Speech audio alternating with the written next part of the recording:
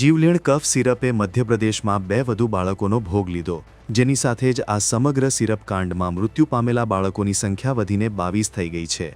મધ્યપ્રદેશના છિંદવાડાના પરાસિયા નગરના 5 વર્ષના વિશાલનું ગઈકાલે 8 ઓક્ટોબરની સાંજે અને 4 વર્ષના મયંક સૂર્યવંશીનું મોડી રાતે મહારાષ્ટ્રના નાગપુરની એક હોસ્પિટલમાં સારવાર દરમિયાન મોત થયું. અધિકારીઓના જણાવ્યા અનુસાર છિંદવાડાના આ બાળકોના મોત શંકાસ્પદ કિડની ફેલિયરને કારણે થયા હતા, જેનું કારણ ઝેરી કોલ્ડ્રીફ કફ સિરપ હોવાનું મનાય છે. તેમના જણાવ્યા અનુસાર મધ્યપ્રદેશના કેટલાક અન્ય બાળકોની નાગપુરમાં સારવાર ચાલી રહી છે. મધ્યપ્રદેશ પોલીસે બાળકોના મોતને લઈને તપાસ માટે એક સ્પેશિયલ ઇન્વેસ્ટિગેશન ટીમની રચના કરી છે અને તમિલનાડુ સ્થિત કોલ્ડ્રીફના મેન્યુફેક્ચરર સામે કેસ નોંધ્યો છે. આ અંગે પોલીસે જણાવ્યું કે એસઆઈટીએ આજે 9 ઓક્ટોબરના રોજ તમિલનાડુ સ્થિત શ્રીસન ફાર્માના માલિક રંગનાથન ગોવિંદનની ચેન્નઈથી ધરપકડ કરી હતી. પોલીસે દવાની ફેક્ટરીને પણ સીલ કરી દીધી છે.